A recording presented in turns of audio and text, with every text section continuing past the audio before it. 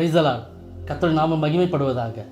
எபிரேயர் 13:5 பார்க்குறோம், நான் உன்னை விட்டு விலகுவதும் இல்லை, உன்னை கைவிடுவதும் இல்லைன்னு வசனம் எழுதப்பட்டிருக்கு.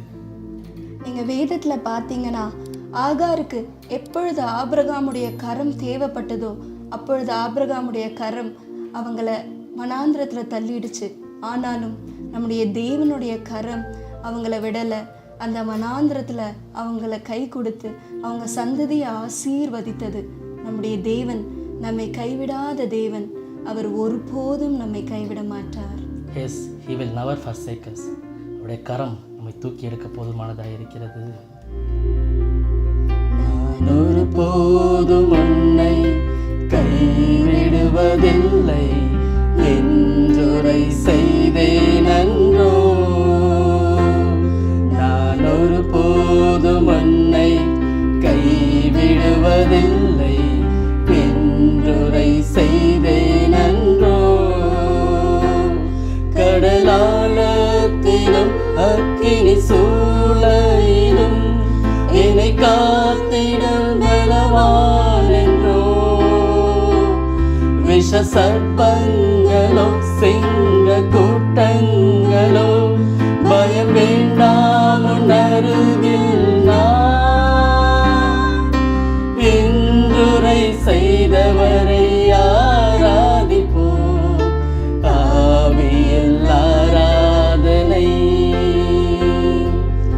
இன்றுரை செய்தவரை ஆராதிப்போம், ஆவியில் ஆராதனை. நான் ஒருபோதும் உன்னை, அவர் ஒருபோதும் நம்முடைய கரங்களை விடுவதில்லை. எப்பேற்பட்ட சூழ்நிலைகள் வந்தாலும், எந்த மனித கரங்கள் நம்மை கைவிட்டாலும் அவருடைய கரம் நம்மை தேற்றி அணைக்க அது போதுமானதாக இருக்கிறது. கைவிடுவதில்லை என்றுரை செய்தேன் அன்றோ. கடலாழத்திலும் அக்கினி சூளையிலும் என்னை காத்திடும் பலவான் என்றோ. விஷ சர்ப்பங்களும் சிங்க கூட்டங்களும் பயம் வேண்டாம், உன் அருகில் நான். என்றுரை செய்தவரை ஆராதிப்போம், ஆவியில் ஆராதனை.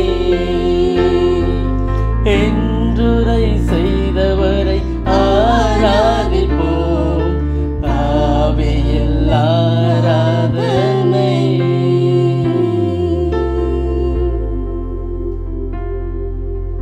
கைவிடா தெய்வமே, கருணையின் சிகரமே, மெய்யான தெய்வமே,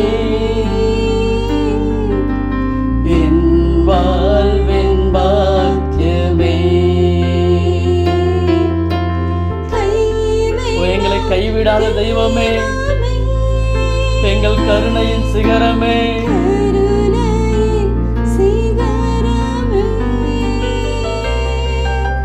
மெய்யான தெய்வமே, என் வாழ்வின் பாக்கியமே. முழங்கால் படியிட்டு முழுவதும் தருகிறோம்,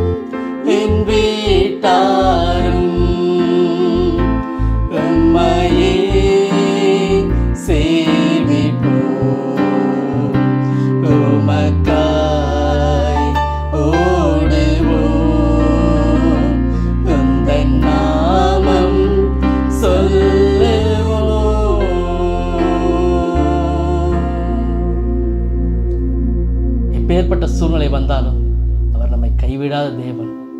அவர் பட்சத்தில் நாம் நிற்கும் பொழுது நம்முடைய கரங்களை பிடித்து அவர் நடத்த போதுமானவராக இருக்கிறார். ஆமென். God bless you.